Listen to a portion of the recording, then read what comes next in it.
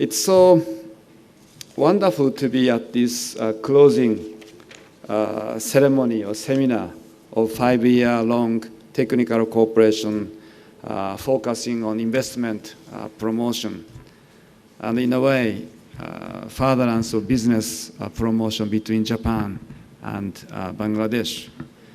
So I'm so pleased that the JICA team have come up with a very, very tangible outcomes out of this technical cooperation through their thorough research, good interactions, also recommendations for the future, the way forward. So, in fact, JICA has been organizing workshops on technical cooperation rather intensively this week. So, Hayakawa-san and I have been attending 3 of those workshops of JICA technical cooperation this week. But all of them are very result-oriented. But I would say that this technical cooperation is really towards future results, very focused on tangible outcomes. So that is, I think, a very nice outcome of this technical cooperation. And thank you very much. And particularly, I noted that a very good outcome, that is this one-stop service inside BIDA. So this is actually the first occasion when I came to Dhaka, October 2019. The first event I attended was this workshop on one-stop service. But after 2.5 years, in spite of Corona, you made a very wonderful progress in terms of this facilitation of one-stop services in BIDA. But this is clearly a very, very good outcome of this technical cooperation. And also BIDA's capacity building, I think, which is really amazing. So those are the 2 things I noted. But another thing is, as Lee-san mentioned and Ando-san mentioned, this automotive sector industrial policy. This is another tangible outcome of this technical cooperation. So now Mitsubishi Group has been doing feasibility study. My hope is that Mitsubishi Group will be able to make investment decision sometime later in the year. For all of those, I really would like to thank Tanaka-san and his team for their dedicated work of 5 years and strenuous efforts to engage with the Bangladesh government officials. I know that is not particularly easy thing to do, but you have made a result, and thank you very much. So let's put us together for thank you.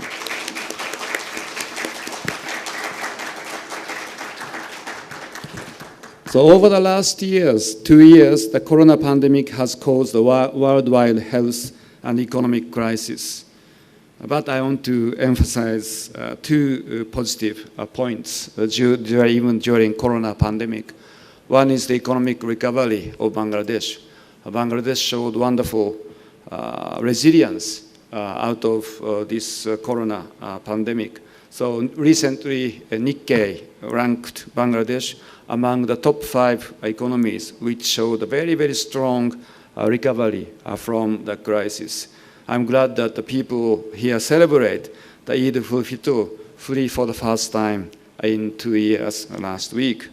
And I would say another positive aspect is the improvement in the ease of doing business here in Bangladesh. Under the strong leadership of Honorable Prime Minister, government officials, I think I should mention Dr. Kaikaus here. So Dr. Kaikaus' leadership was very outstanding. So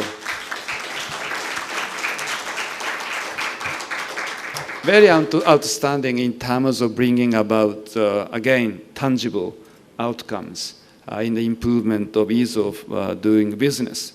But we have seen many good progresses of relaxing deregulations across the board. So this is a very positive aspect, and as a country's economic growth will continue, the per capita income stands now 2,800, according to the recent announcement by the government. Really amazing that every year $200 is increasing. So soon we are going to see this 3,000 mark crossing possibly next year. So it's really, really a rapid growth. And no doubt that Bangladesh will be going to be the fastest growing economy in Asia this decade. So due to the tremendous efforts of the government of Bangladesh, the eyes of the world see Bangladesh as a promising investment destination.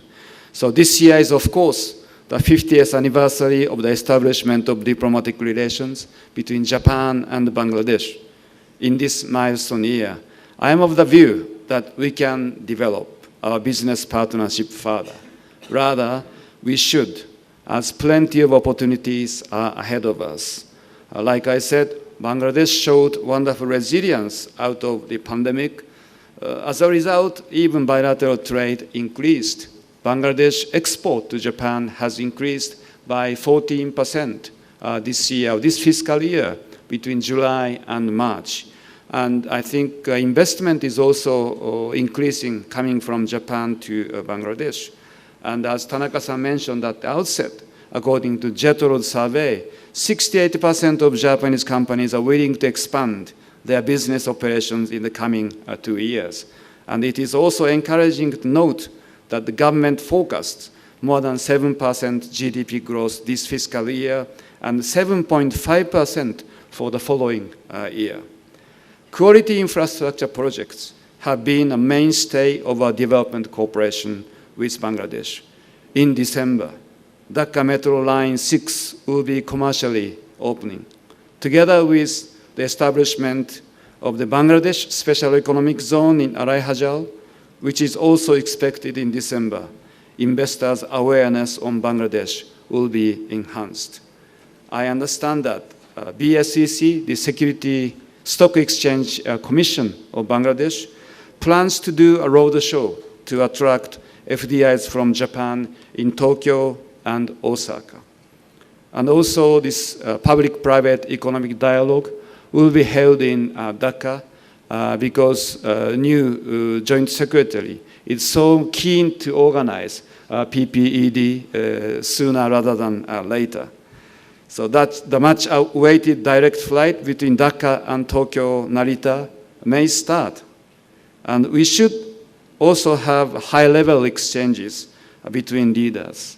And all of these could take place in the year 2022. So there will be plenty of opportunities for us to work on, both private and public sector. So I think this milestone year should be truly a remarkable year for the progress of bilateral business partnership. Beyond that, in 2026, Bangladesh will graduate from the LDC status, and the country aims to fulfill the Vision 2041. Of course, Japan continues to work closely with Bangladesh to achieve its vision through expanding trade and investment and providing further development cooperation. However, in order to bring more FDIs, it is crucial not only to construct quality infrastructures, but also to improve the investment climate. I believe the expansion of FDIs, particularly from the Japanese private sector, will help Bangladesh address emerging challenges beyond 2026. In this context, as was discussed earlier already, increasing the ratio of FDIs vis-à-vis GDP is crucial. To attain this, we expect further improvement in ease of doing business. Coordinated and focused efforts during the corona pandemic have yielded some positive outcomes of the deregulations. But my hope and expectation is that regulatory and structural reform should continue, should move forward, should yield further results.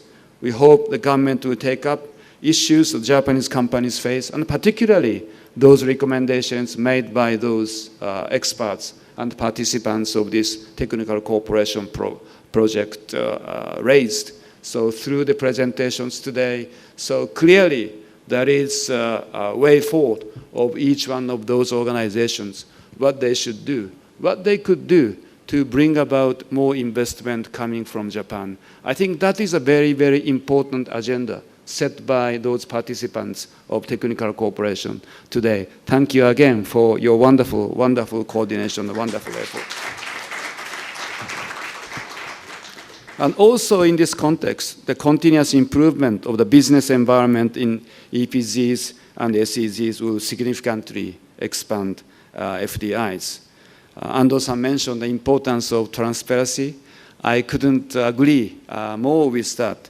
So in this conjunction, I want to reiterate the importance of eliminating bonded license renewal and equal application of export incentives to foreign and domestic companies. And in addition, stability and predictability of the business environment are crucial. Unfortunately, some foreign companies had to deal with changes in tax structure after they had decided to invest, even after they started to manufacturing here. So they sometimes suffer from these sudden, abrupt changes of tax structure. So this is working as a incentive for prospective investors. So I do really hope that stability and predictability of investment climate will be ensured on the basis of those recommendations made by experts and participants of this particular technical cooperation. So JICA will start a pilot project for the regional one-stop service in Bangladesh Special Economic Zone in Arai Hajal and Bangabandhu Shilpanagar Special Economic Zone in Mirshorai. That this new project intends to improve investment-related licensing procedures and facilitate a more investment-friendly environment for foreign companies. I'm sure that this new technical cooperation will also provide very good, tangible outcome. But I hope in parallel to that, each one of those agencies will work on those recommendations, including some of those recommendations made by expert for BESA. I think he worked on new proposals like this work permit policy or even project office registration system or royalty remittance and so forth. So although JICA will not be able to cover all the aspects in the next round of technical cooperation, but now balls are in your court. So I do really hope that you will spend your time and resources to work on those recommendations to move forward your further efforts to have a better investment climate here in Bangladesh.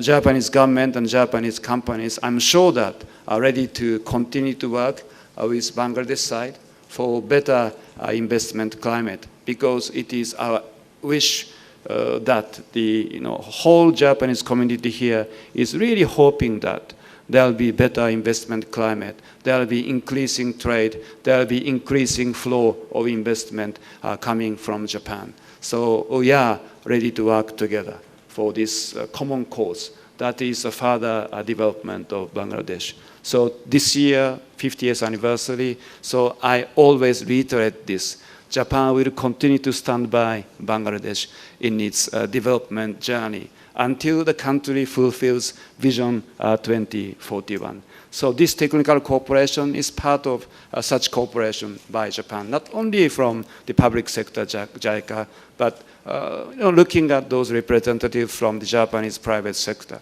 We are on the same boat. That is to bring about a good business partnership for mutual benefit, to bring about win-win partnership between the two countries. So thank you very much for having me.